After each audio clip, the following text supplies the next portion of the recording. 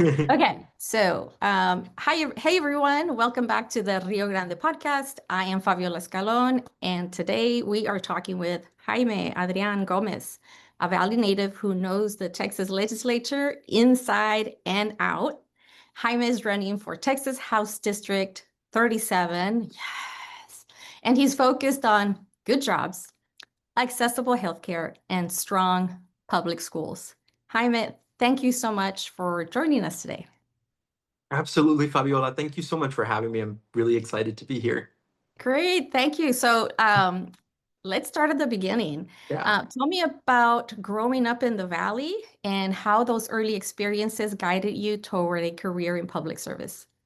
Yeah, I think it was a gift. Honestly, growing up in the Valley to me was a true gift. I grew up on bleachers and in classrooms. My dad has coached high school football in the Valley and throughout the state of Texas for so long. In Raymondville, PSJA, he's now the head football coach and athletic director in San Benito. And so I spent a lot of my time watching entire towns rally around their kids. And my grandmother was my own third grade teacher at Lasada ISD. So spent a lot of time after school waiting for her to take me home and going home with her. But my other grandmother, she actually was my introduction into elections and campaigns. She blocked walk and campaigned for a lot of people in Willacy County. And when I was like it was a rite of passage to be taken block walking with my grandmother and listen to Wow. everyone's stories and listen to their issues. And a lot of my cousins and I got that, we got that experience because she made us, but it really opened my eyes and I really stuck with it because, those voices still to this day ring in my head. And public service to me is about showing up, honestly, Mhm. and returning every call and fixing what families are talking about at their dinner tables.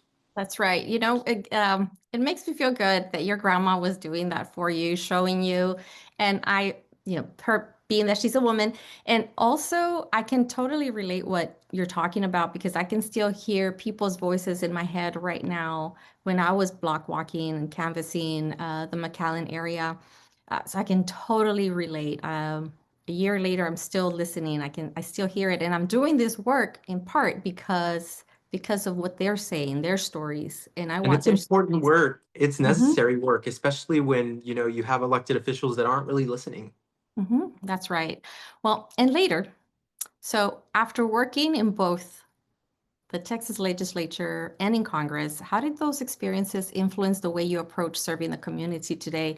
But before that, tell me a little bit about how you got involved. Yeah, so at 17, I started working for State Representative Ryan Guillen as an intern. He was a Democrat then, so Was don't he hold me really for that though? one. Was he really? Exactly, exactly. That's what we see a lot of. But I worked for him because he represented Willacy at the time, and that is what drove me to Austin. Really, it wasn't school, it wasn't anything else. It was the promise of that internship, and so that's really where I got started. It was my first job. I remember going in to fill out the paperwork and they were like, is this your first job? I was like, yeah, I'm really excited to be an intern here. And that Uh-huh. really was my introduction. And I've stayed involved with the legislature and the bulk of my career has been within the legislature in some capacity. Uh, How did you from make time throughout college? I'm sorry. Yeah, no, a lot of what I did was I did, it was really hard for me to navigate those classes, but having really understanding professors and not taking on full semesters allowed me to Mm. gain that experience that I thought was really valuable for me to go hand in hand with a college education. Because oftentimes what we see is people graduate and it's really hard for them to navigate certain fields that they want to be part of because universities aren't really teaching that or students aren't stepping out and going and getting that hands-on I experience hand in agree. Yeah. hand with their degrees. Yeah. So you were smart. You knew what you wanted. I think I did. I think public service has always been is something that I've held near and dear to my heart. Hmm. And more than that, it was I got hooked on the constituent calls and the big wins in Oh, not only the legislature but at the federal level too. One of the stories that I always tell, while I was working on the Hill was there was this one lady that would always call about cat food. She needed cat food for her cat, and there's only so much that we can do. And she was calling all the time, and we tried to point her in the right direction for resources. And then one day, myself and a couple of other interns, we decided that we were just going to take the lady a bag of cat food, and Ah. she cried. It was, for Oh, me, the most heartwarming moment because it really showed me the impact that, public servants can have outside of the work that they do within, whether it be Congress or whether it be the legislature. you know what? Those stories matter because Yeah. those cats matter to her. They Yes. give her life, right? Right. It can be cats, it can be goats, dogs, birds, whatever.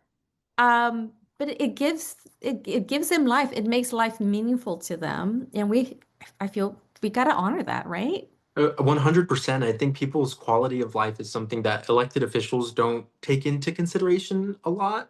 Oftentimes it's about economic growth and stimulation and making sure that people are getting, yeah, adequate wages, which is equally as Mhm. important, but so Right, is the way that you live and how you feel, in places even like the Rio Grande Valley. The right, morale there, you want to feel happy where you're at and feel like you can live a good and fruitful life there. right. Um, I might jump to this question later No on, but worries. that's what I feel here in the valley. A lot of people have to travel. They have to go out of the valley, and people don't want to leave the valley. We're family people. We're close Yeah. knit. We want to be with abuelita and Hmm. tias, and we don't want to miss the carne asadas. We want to be there. We have Right. that fear of missing out, right? FOMO. We don't, we want to be there too. I noticed that with my daughter who's in El Paso. We send her pictures. We're all here and we go to the beach or we go have dinner, and she's like, "Don't forget about me." And so, it's in our DNA. That's Yeah. right, our culture. So anyway, so we'll talk about people having to leave the county later. But let me go back to just want to be upfront, make sure that listeners know Absolutely. this. You are running to unseat Jamie Lopez, right? The current Right. representative. Correct. Lopez is known for hardline MAGA positions, voting for vouchers, boo, promoting ivermectin, boo, and backing other Republican policies that hurt so many people in the valley and in the communities.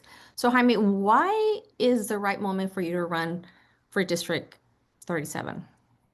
Well, Fabiola, I think it's because the harm is happening now while Janey is in office, while Representative Lopez is in office. You know, vouchers pull money out of neighborhood classrooms, and these culture war headlines, they don't shorten EMS response times, and none of that really builds upon any of the workforce in her area. So it was really jarring to me and puzzling to me that she would vote for vouchers when all there in all of Willacy County, not a single private school exists. So, out of the two counties that you represent, Willacy being one that you represent 100% of, how is it that you are going to vote for something that taxes the people who aren't able to cash in on essentially what is just a coupon for private school tuition? And we see it throughout the Rio Grande Valley. This $10,000 that the government that Texas has decided to give as a coupon or a discount for private school tuition isn't going to be able to be used by the average family. It's a discount for those who are already well off. Like Because Talarico saying. exactly, because private schools, what private school only costs $10,000 a year to attend? There aren't For many. tuition, uniform, supplies. Yeah, Exactly. no, that's So not going to it happen. really is a huge disenfranchisement of her people. And it was really disgusting to me that she got up there on that night. I remember watching it live, got up there with, her Republican colleagues, and was the only individual from the Valley up there, Republican, Begin. period. He signed on. If you in the final pass when they Both of moved them are final passage, teachers. yeah, exactly. And when they moved final passage, she was right at the front of the mic, and she looked so out of place, and it was so disheartening because they could have at least raised the basic allotment from what it is right now. I believe it's around $6,000 for teachers to match that $10,000. And they didn't. They had every Mhm. opportunity to, but she was for vouchers and for a policy that really just hurt the valley. So would you agree that she works for the governor, the GOP policy, or the agenda rather than for the people? 100%. Janie is backed by billionaire donors who are so out of touch and far removed from what is actually and the actual demographic within the Rio Grande Valley.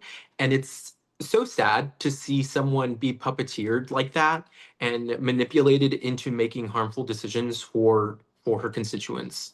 So was a voucher vote, is that what made you decide to run? Is that when you said, okay, that's it, I've had enough? Oh, well, I could have, I wanted to do this, initially when she came out because, uh, I believe she served on the San Benito. Well, I know she served on the San Benito school board. Both my Yes. parents, one was formerly an administrator there, and my father still is. And, I oftentimes just listen in on the school board meetings that take place. And it was really eye-opening that this individual lacked the knowledge, the fundamental knowledge of Yep. how things work, and even at the local level, at the school board level. Yep. And they've been sent to Austin to do an even bigger job, and they're completely missing the mark. I think that they are recruiting people like them because Yes, especially because of that, because they lack that critical thinking skills. exactly. And that's, Fabiola, that's a great point that you bring up, Feature because a here. lot of times these large consulting groups, they really bring in, they find a candidate, whether they be Republican or Democrat, and they run them, and they have no knowledge of how the legislature works, no institutional knowledge of what it really takes to get things moving, no knowledge that you can put stuff in, certain parts of appropriations that would allocate money for the Rio Grande Valley. And they're sending people up there. I've seen it amongst the Yeah. Democrats that come out of there, Yeah, yeah, the yeah. Democratic candidates, that just don't know what they're doing. So they have no choice other than to follow the advice of those consulting groups, which Correct. oftentimes don't have the best interest of the people at heart. I've been hearing a lot of that lately. Yeah. So if elected, the people of District 37 would have a ready to go, all packaged up representative, ready to start on day 1. Yeah, that's a really great question. I think one of the most important things to me is the Willis C. Cameron, Jobs Act, and also getting rural access to healthcare. And those are the pieces of legislation that I would fight for the hardest, because, I see it in my hometown of Raymondville. There's no reason why anyone should have to drive 35 minutes to get Mhm. life-saving care. The nearest hospital is Valley Baptist. And that is extremely important to me, because whether or not you're an individual that's in a city center or you're an individual that's off a Caliche Road, you should still, a 911 response should be, it's a basic human right. That's Access to right. life-saving preventative healthcare is a basic human right. That's right. So, switching it up a little bit, one of the biggest issues folks in the Valley talk about, which we were talking about earlier, is good local jobs. They don't want to leave home to find Right. work that pays good. You've introduced the Willis C. Cameron Jobs Act. What is the main goal? Yeah, so the goal is simple, and it's bringing, like you said, good paying jobs across the whole district, Cameron and Willacy counties. Pairing employers with high schools, and partnerships with TSCC and UTRGV so that seniors can graduate with a credential and a job offer. We're seeing all these companies come to the Rio Grande Valley, and it's great. It's stimulating the economy, but they're not hiring locally. And that Yes, is really where the issue lies, is that yes. companies that are taking public dollars should commit to local hiring. And that Mhm. should be a given. That's right. That's right. I see it even here in McAllen. A lot of people are coming in, and we're not training our students. They're not Right. being trained here, or there's programs. Maybe TSTC does a good job of it. I've heard in the past that they do a really good job at Yeah. training for future jobs or jobs on demand. I haven't kept up with what they're doing recently. I would imagine is the same thing. Um, and I think perhaps even here in the high schools at a local level, they're trying to train students, giving them certifications, phlebotomy, nurse Yeah. assistants, CNAs, and so many other things that are needed. But I think what's missing, and I was just telling my last interview, Dr. Ada Cuellar, who's running for District 15 Congress, Yes. I was asking her because she said that there should be more seats here at the medical school. It should be a bigger school. And I agree with that. But also, I think there should be more incentives for people who are from the valley to get into the medical school, or even people that are coming in from out of state, out of the area who come to the medical school. There should be incentives for them to stay and work in the valley because I 100%. think that's the main purpose to me. I think that's the main purpose of having a medical school here in the valley because we need healthcare. Right. And I know at the beginning of when they started, I'm not sure that they still do this, but I know that UTRGV Medical School, or the medical school down there was offering, individuals who graduated from that institution, um, they were paying for their tuition upon graduation There we if they go. stayed in the valley for X amount of time. That's right. I don't know that if they're still doing that. Mhm. But I know that would have been a tremendous program if it's still going to really keep Valley talent in the Valley and that's really how you grow is by backing those individuals, but also, moving on a little bit more, backing these family owned shops that have set up throughout the Rio Grande Valley. The Rio Grande Valley is a hub for family owned businesses and, A lot of from entrepreneurship. exactly. And from Raymondville and Lyford and San Perlita to San Benito, providing them with the capital and the red tape that they need to grow right there so that the measure of success on whether or not a young person can stay in the valley and earn a living and also be happy there is Mhm. super important. And I think that's going to be measured by the amount of businesses that are coming to the valley hire locally and a commitment from them to hire locally. That's right. So, a little bit more of the industries, logistics, fishing, agri-tech, clean energy, employers, would that be in your plan?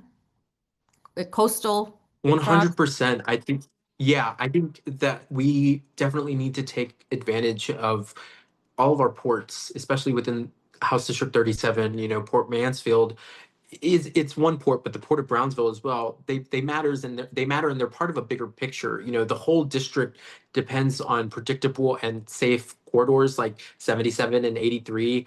Majority of it is farm to market roads and really last mile routes that to get product to market and customers and their storefronts. So keeping that infrastructure is really, really important to protect the Mhm. integrity and to protect the jobs that are being brought to the valley. Well, that's exciting. So again, you said not just Port Mansfield, but also Port Brownsville. Mhm. But Port Mansfield keeps coming up, and I think in your plan. Um, Yeah, and I think why that is why is keeping it navigable and upgrading freight routes so crucial for small businesses? yeah, so the Port of Brownsville has done a really great job of developing their port into what it is supposed to be. Is there room for growth? Absolutely, there always is. But Port Mansfield hasn't taken advantage of that, and it has the leverage to do that, to bring businesses there for those freight companies that are coming in and stopping through. I mean, if you go down that stretch of road that goes all the way to Port Mansfield, there's a lot of land there for businesses to develop there. Mm, And going into Port, I think, with the recent dredging of Port Mansfield and that being something that needs to be supported by, the government and done by the Marine Corps is really important because it keeps the marine life active in the area and really just makes sure that the ecosystem's able to be sustained, which mhm. is equally important to I me was going to because go yeah, there. it's equally important to me because Port Mansfield is, a world-class fishing destination. And while that's great, and it's really great when people from out of town come in and put their money, in that area, it'd be great if people there could have jobs that also stimulate the economy Right. there in Port Mansfield. And I think that that's really important because it's such a beautiful yet underutilized resource that not a lot of people know about and not a lot of people have given, adequate attention to. Right. Right. I agree. Yeah, I was gonna say there's a lot of green jobs in Willacy, Cameron County. Is that correct? A lot of green And, jobs. yeah, and so the windmills there are a really big, a really big part of the economic development there. Mhm. Um, and so it's very big in agriculturally. It has a lot to offer. And I think if we just tapped into that, but also are very conscious of what is coming Mhm. in and making sure that it's not just a group that is going to hire their own people and also disrupt, Mhm.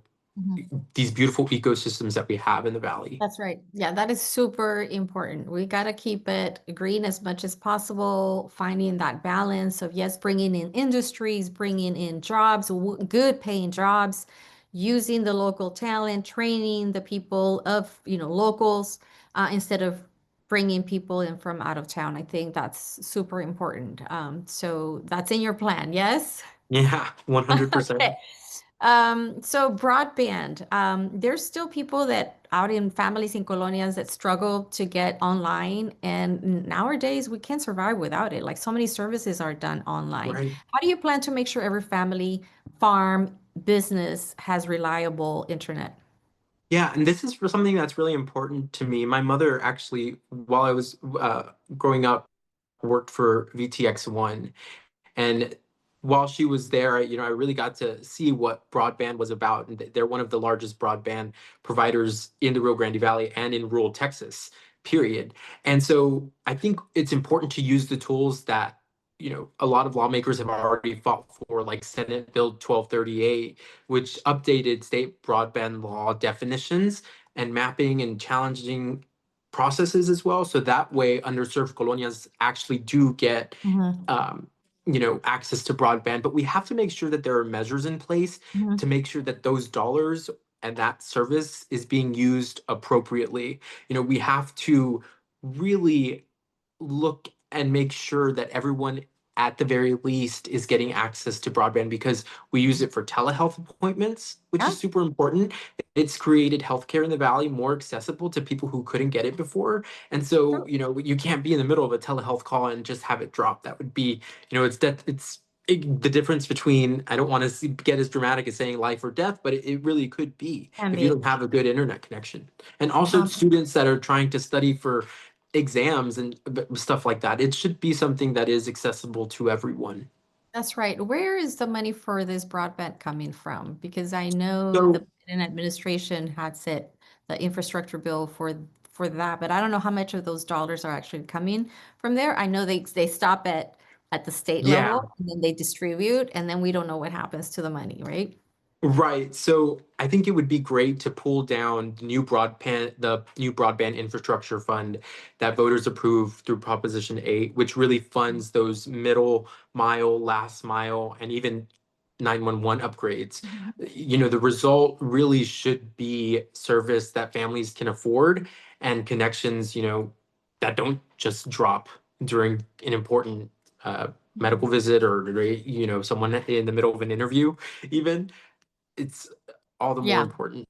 Yeah, I mean, job interviews. So, the next questions I had, I think you've already answered. We've already covered about rural areas facing challenges with healthcare. You talked about that.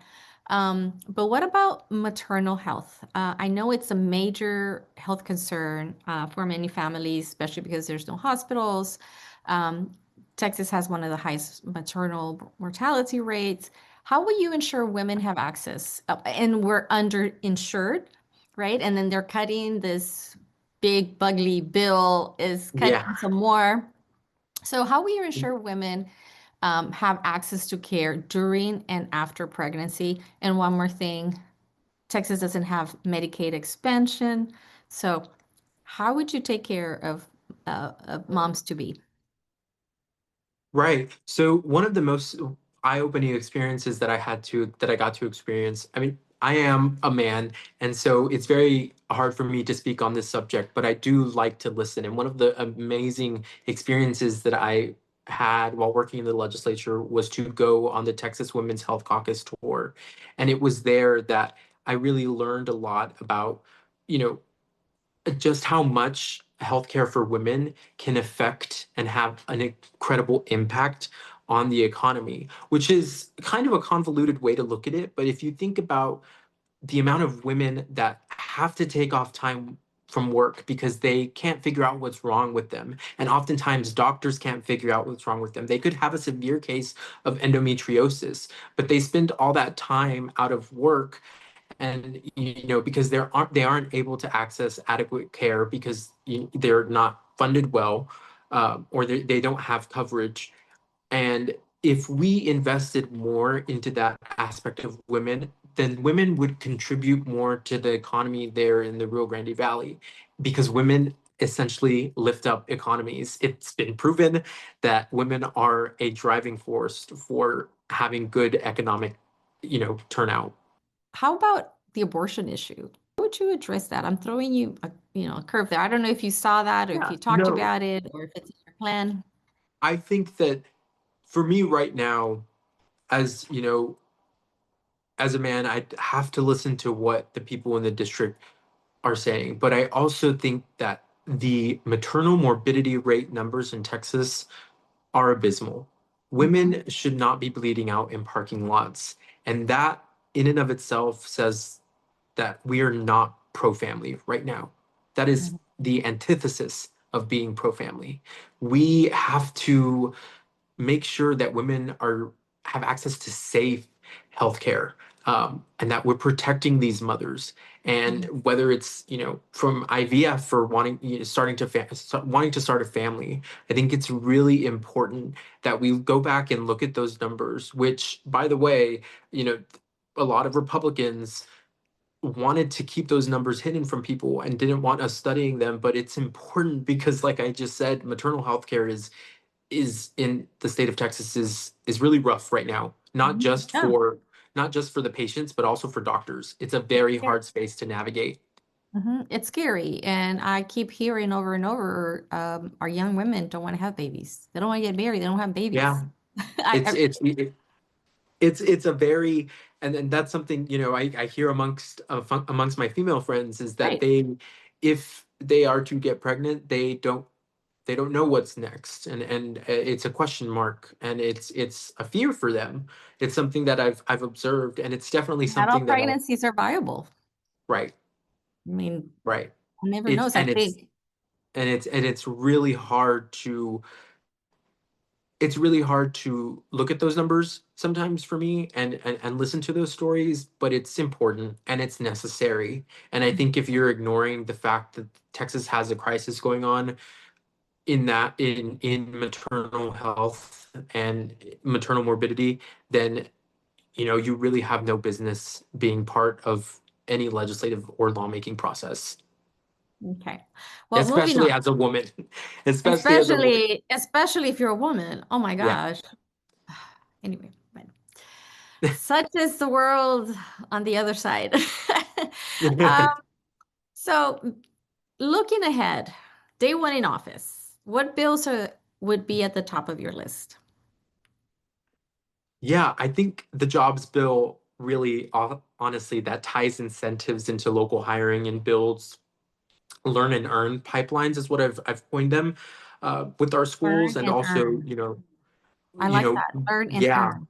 rural EMS and hospital stabilization bill that sets response standards, honestly, and also funds them, because what we Texas was in a really big surplus last year, and Mhm. we didn't give the money to teachers. So being able to fund, you know, rural EMS and hospital stabilizations in the district is super important, because a lot of House District 37 is made up of rural areas. Mhm. There's no reason that a farmer who's might have just cut their hand or who's fallen over and is out in a rural community, there's no reason why it should be taking, the response time shouldn't be fast, because we already know that that's what the community is comprised of. Why haven't we addressed this issue? And I think Mhm. also making sure that SB 12, Senate Bill 1238, that broadband bill is implemented appropriately and that it isn't just something that stays there and that people, the representative from the Valley, whomever it may be, it Mhm. really goes in there and make sure that the Rio Grande Valley is getting access to that. Oftentimes, people that are paying taxes, they're sending them straight to Austin. How is it that we're not seeing them spread back out into Mhm. the Rio Grande Valley?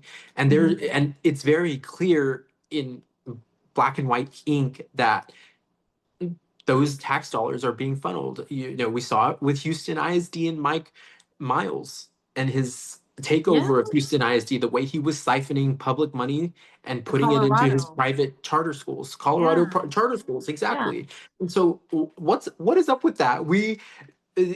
People in Austin, the representative that we have in Austin right now is not doing a good job of holding people like that accountable and making sure that her people are taken care of. She's more concerned about what her donors care about and what they want done and what Right. they want seen through. And a lot of what I've heard from people in the district is that she does not show up. She does not show up. They do not see Any her. And I town think, halls? yeah, Are there I any town halls? no, exactly. Exactly. And I think that's something, again, speaking back to the constituent services side of things, a lot of people don't know that they can call their representative and ask them for assistance, with whether it's getting an unemployment application, expedited, getting their passport or driver's license expedited, making sure that they, are able to, follow along and fill out whether if it's a SNAP I, application. I think that is where Democrats are really missing the mark because they could be educating Yeah, constituents, then demand more, right? Whoever's in office, exactly. demand more. It is your right. They work for you. You are going to be at Exactly. the service of the constituents, then you are going to respond to them. And I think that that is, we're lacking education.